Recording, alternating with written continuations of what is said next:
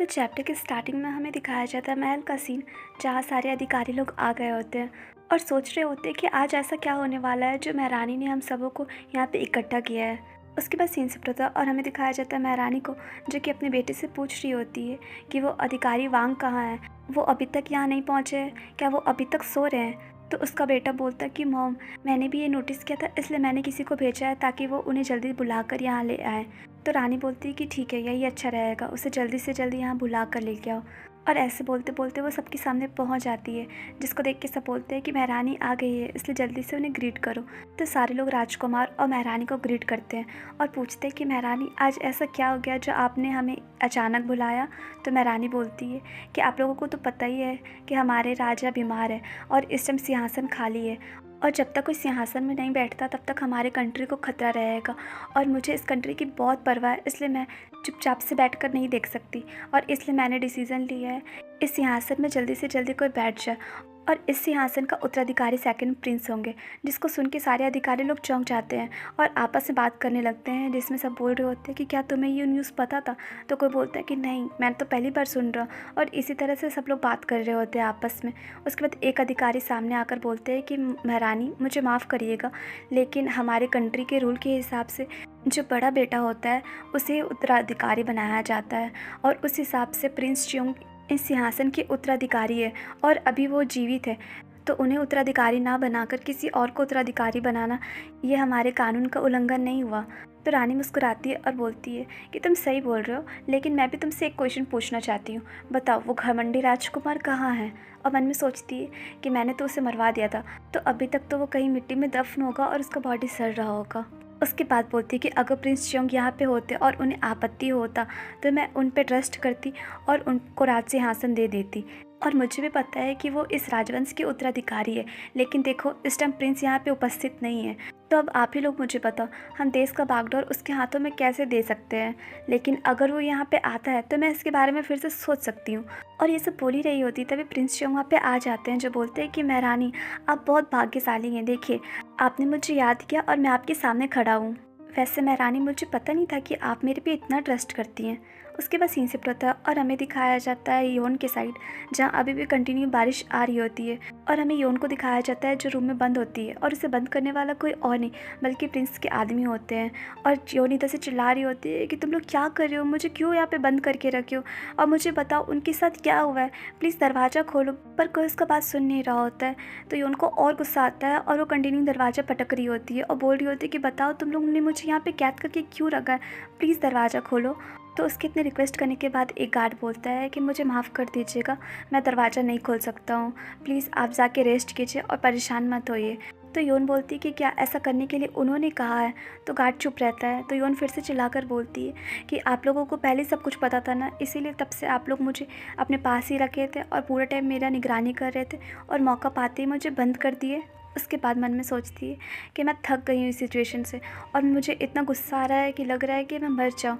उसके बाद वो खिड़की खोलती है और सोचती है कि खिड़की खोलने के बाद अब मुझे थोड़ा अच्छा फील हो रहा है। और ये सब सोच ही रही थी तभी उसे शोर सुनाई देता है। तो नीचे देखती है तो देखती है कि सारे सैनिक लोग जल्दी जल्दी कहीं जा रहे हैं, जिसको देख के वो पूरा पैनिक कर जाती है और सोचती है कि एक मिनट, यहाँ पे चल क्या रहा है। उसके बाद वो सामने खिड़की के बाहर महल देखती है और सोचती है कि एक मिनट, मुझे अब सब समझ में आ रहा है, प्रिंस च्योंग जरूर उस महल में होंगे।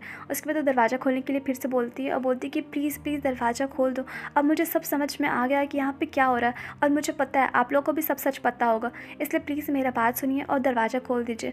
और मुझे पता है कि वो इस टाइम खतरे में होंगे, प्लीज़ कोई तो मेरा बात सुन लीजिए और दरवाज़ा खोलिए, मैं आपसे भीख मांग रही हूँ, प्लीज़ दरवाज़ा खोलिए। पर कोई गार्ड उसका बात नहीं सुन रहा होता और दरवाज़ा खोल नहीं रहा होता है।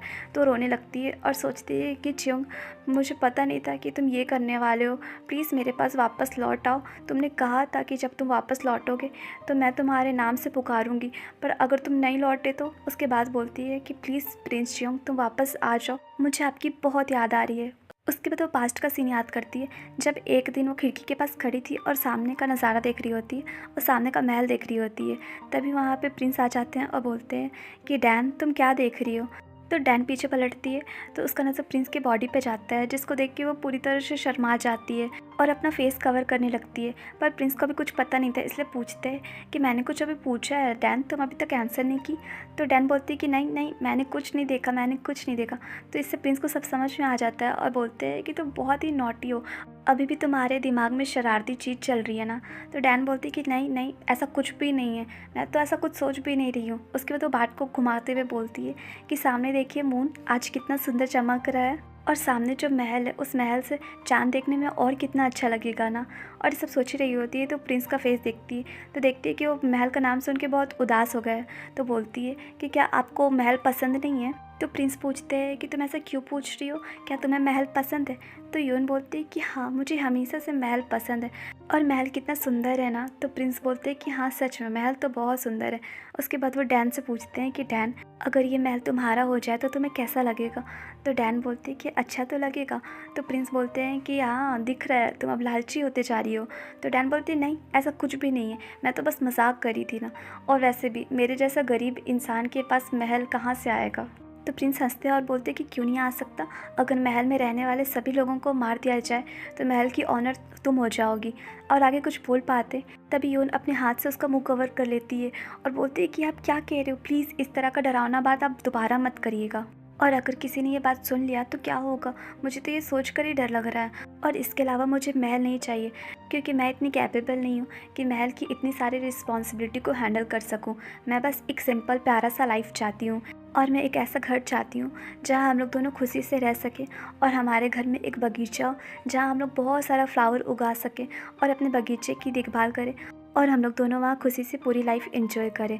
उसके बाद बोलती है आप समझ गए ना मैं क्या कह रही हूँ, मुझे राजमहल नहीं चाहिए, इसलिए आप दोबारा उसके बारे में कुछ भी मत कहना। और इसके अलावा मैं नहीं चाहती हूँ कि आप किसी तरह का खून खराबा में पड़ो, और मैं चाहती हूँ कि आपकी ज़िंदगी लंबी हो। और आगे कुछ कुछ बोलने जा ही रही होती है तभी प्रिंस उसके हाथ में लिख कर देते हैं, जिसको देख के यून शॉक्ड भी हो जाती है और ब्लश भी कर रही होती है, और जल्दी से अपना हाथ हटा लेती है और बोलती है कि आप ये क्या कर रहे हो। उसके बाद प्रिंस बोलते हैं कि सच बताऊं तो महल मुझे बिल्कुल नहीं पसंद है, मुझे महल उबाऊ जैसा लगता है, और मैं तो बस तुम्हारे साथ रहना चाहता हूँ, जहाँ भी तुम रहोगी वही मेरे लिए घर होगा। तो ये सुन के यून को बहुत अच्छा लगता है और दोनों काफ़ी क्लोज होते हैं और ब्लश भी कर रहे होते हैं। उसके बाद दोनों प्यारे से किस शेयर करते हैं। अब ये सब बात याद करके यून सोचती है कि उन्होंने मुझसे क्लियर कहा था कि उन्हें महल बिल्कुल नहीं पसंद है, इसका मतलब वो राजा नहीं बनना चाहते। हालांकि उनके दिल में क्या है मुझे कुछ भी नहीं पता, लेकिन उनके पास तो ऐसा कोई रीज़न होगा ना जिससे वो लड़ाई कर रहे हैं, बिना रीज़न का तो वो लड़ाई करेंगे नहीं। और ये सब सोच रही होती है तभी उसे दरवाज़ा खुलने का आवाज़ आता है, तो वो पीछे पलट कर देखती है और बोलती है कि चियोंग वापस आ गया आप। तभी वो जुए को देख के शॉक्ड हो जाती है, क्योंकि जुए के पूरे बॉडी में खून लगा हुआ था, जिसको देख के यून पैनिक कर जाती है और बोलती है कि जुए जुए ये तुम्हारे साथ क्या हुआ है, इतना सारा ब्लड, बताओ तुम कहाँ जख्मी हो। तो जुए बोलती है कि ये मेरा ब्लड नहीं है। तो यून पूछती है कि फिर ये किसका खून है। तो जुए बताती है कि फाइनली आज मैंने उस कमीने को अपने हाथों से मारा है जिसने मेरी मॉम और मुझे मरने के लिए अकेला छोड़ दिया था। उसके बाद बोलती है कि डैन मुझे ऐसा लग रहा है जैसे मेरा पुनर्जन्म हुआ है। तो डैन बोलती है कि जुए तुम ठीक हो ना। तो जुए बोलती है कि हाँ मैं ठीक हूँ।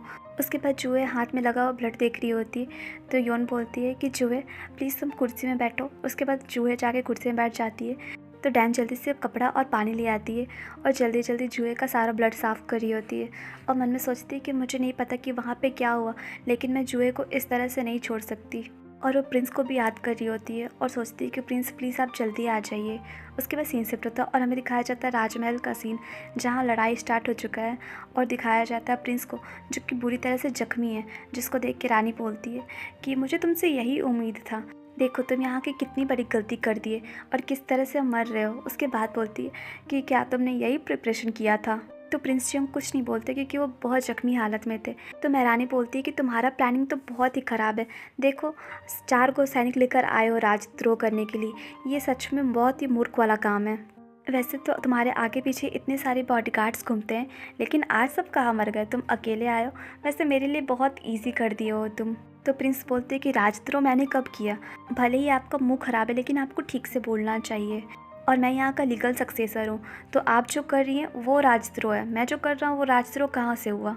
और मेरे रहते आप किसी और को राज सिंहासन दे रही है, जबकि मैं ऐसा नहीं चाहता। मैं तो उत्तराधिकारी हूँ। तो बताइए यहाँ पे राजद्रोह कौन कर रहा है? जिसको सुन के सारे सैनिक लोग आपस में बात कर रहे होते हैं। तो रानी भी ये देख के समझ जाती है कि ये मैटर जल्दी क्लोज नहीं हुआ तो उसके लिए मुसीबत खड़ा हो सकता है। उसके बाद बोलते हैं कि यहाँ पे सारे लोगों को पता है कि तुम राज सिंहासन के काबिल नहीं हो, और जैसा मैं चाहती हूँ महराज भी वही चाहते हैं, तो तुम मेरा बात नहीं मान के राजद्रोह कर रहे हो। उसके बाद बोलती कि मुझे लगता है कि सुनने के लिए अब और कुछ नहीं बचा है, इसलिए सारे सैनिकों जाग के इन्हें मार दो।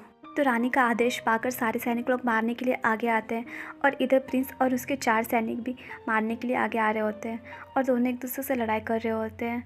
और इधर रानी सोच रही होती है कि जैसा कि मैंने सोचा था कि तुम चाहे कितना भी कोशिश क्यों ना कर लो, लेकिन तुम अपना किस्मत नहीं बदल सकते राजकुमार च्योंग, और मैं तुमसे सब कुछ तुम्हारा छीन ली हूँ, इसलिए अब तुम्हें कुछ भी नहीं मिल पाएगा, और जल्दी ही इस कंट्री का बागडोर मेरे हाथ में आ जाएगा और मैं सब पे राज करूँगी। तो गाइस, ये चैप्टर यहीं पे एंड हुआ, और आप लोग मुझे कमेंट करके ज़रूर बताइएगा कि रानी अपने प्लान में कामयाब हो पाएगी या नहीं। और प्लीज़ चैनल को लाइक शेयर सब्सक्राइब कीजिए। Bye bye.